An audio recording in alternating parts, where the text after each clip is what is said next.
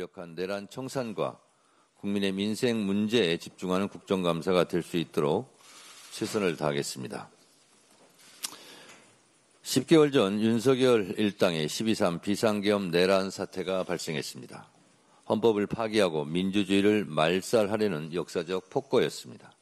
12.3 비상계엄 이후 한국 사회는 두 세력이 극명하게 쟁투를 벌이고 있습니다. 비상계엄에 가담한 세력과 반대한 세력, 비상계엄을 처벌하자는 세력과 반대하는 세력, 비상계엄을 덮으려는 세력과 밝혀내려는 세력이 오늘까지 대립하고 있습니다.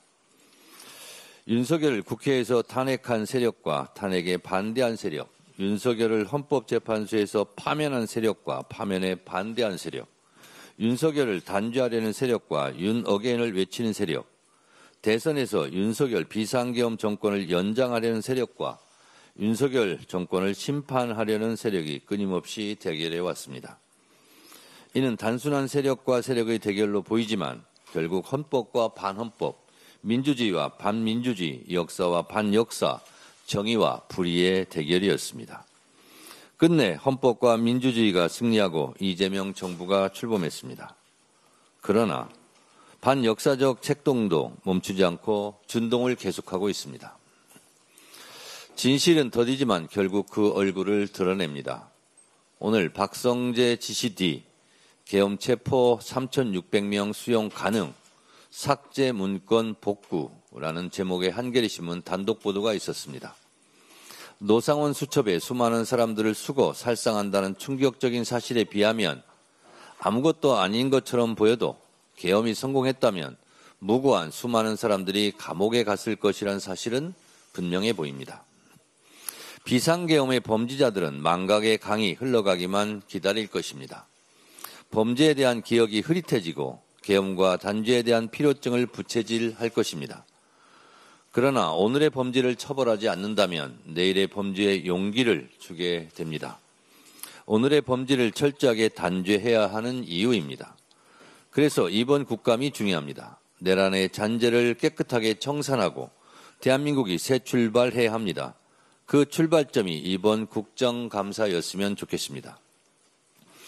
국민의힘이 이번 국감 기조를 독재를 저지하고 내 삶을 지키는 국정감사로 정했다고 합니다. 통탄할 일이고 반역사적 망동입니다. 이미 윤석열의 불법 비상계엄과 독재 시도는 국민에 의해 저지되었고 그 덕분에 우리의 삶은 과거 독재 정권으로부터의 회귀에서 벗어나 회복 중에 있습니다. 이미 이룬 것에 머물지 말고 과거를 되풀이하지 않기 위한 미래지향적인 기조를 세웠다면 더 좋았을 것입니다. 이번 국정감사가 내란 청산을 위해 힘을 합칠 수 있는 기회라고 생각해 주시길 바라며 늦게라도 국민의힘이 국정감사 기조를 변경하길 촉구합니다. 오늘 있을 대법원에 대한 국회 법사위 국정감사는 사법개혁의 분수령이 될 것입니다. 대법원장이 안팎으로 존경을 받는 평상시 같았으면 국회의 양해를 구하고 대법원장이 국정감사장에서 이석하기도 했는데 지금은 상황이 그러지 못하다는 것을 스스로도 잘 알고 있을 것입니다. 조희대 대법원장은 국회의 국정감사에 그 어느 누구보다도 충실히 성실하게 임해야 할 것입니다. 대법원 스스로 사법개혁의 길을 만들어 나갈 수 있는 마지막 기회임을 명심하시기 바랍니다. 사법부의 독립과 신뢰를 운운하는데요. 제가 생각하기에는 이렇습니다. 사법부의 독립은 헌법과 양심에 따라 판결했을 때 가능한 것이고 국민도 헌법과 양심에 따라 판결할 것이다 라고 국민들이 인식해야 진정한 사법부의 독립과 신뢰가 이루어질 것입니다. 과연 그런가? 국민들의 생각은 대체적으로 아니 옳시다 라는 생각이 더 많은 것 같습니다. 저도 그렇습니다. 최근 회의에서 우리 국민을 대상으로 하는 범죄가 잇따르고 있습니다. 위급한 상황에 신속히 대처하고 재발을 방지하기 위한 대응체계 구축이 시급합니다. 이스라엘에 구금되었던 우리 국민이 정부와 외교당국의 노력으로 무사히 석방되었습니다. 국민의 생명과 안전을 위해 최선을 다했을 외교관계 당국자들께 진심으로 감사드립니다. 김하연 활동가의 안전 귀국을 환영합니다.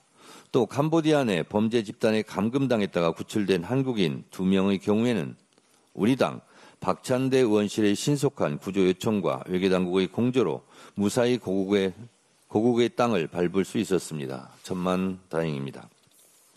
하지만 아직도 해외 어딘가에서 애타게 구조를 기다리는 우리 국민들이 더 있을 것으로 추측됩니다. 이재명 대통령도 총력 대응을 지시한 만큼 외교부는 해외 취업관리 감독 확대, 범죄 유형별 사전 경보 강화, 피해자 신속 구조를 위한 현지 경찰과의 공조체계 구축 등 구체적이고 실효적인 대책을 마련해 주시기 바랍니다. 더불어민주당은 이번 국정감사를 통해 재외국민보호 시스템 전반을 면밀하게 점검하고 영사조력법 개정 등 법 제도적 정비에 나서겠습니다. 미중 무역 갈등이 재점화되고 있습니다. 갈등이 협력으로 바뀌도록 에이펙 정상회의를 준비해야 합니다. 트럼프 대통령이 중국의 히토류 수출 통제에 맞서 중국에 100% 추가 관세를 부과하고 핵심 소프트웨어 수출도 통제하겠다고 밝혔습니다. 지난 4월에도 미국과 중국이 서로에게 100%가 넘는 초고율 관세를 부과하겠다면서 한 차례 갈등을 빚은 바 있습니다. 수출로 먹고 사는 우리나라 입장에서는 미국과의 관계도 중요하고 중국과의 관계도 중요합니다. 이럴 때일수록 국익 중심 실용 외교가 더욱 절실합니다. 이번 달 말 개최되는 경주 에이펙 정상회의가 국가 간 갈등은 소강시키고 협력은 확대해서 인류 전체의 공동 번영에 이바지하는 장이 될 수 있도록 더욱 만전을 다해야 하겠습니다. 이재명 대통령도 미중 간 가결에서의 한국을 강조했습니다. 강대국 간의 갈등을 대한민국이 중재하겠다는 능동적 자세도 필요합니다.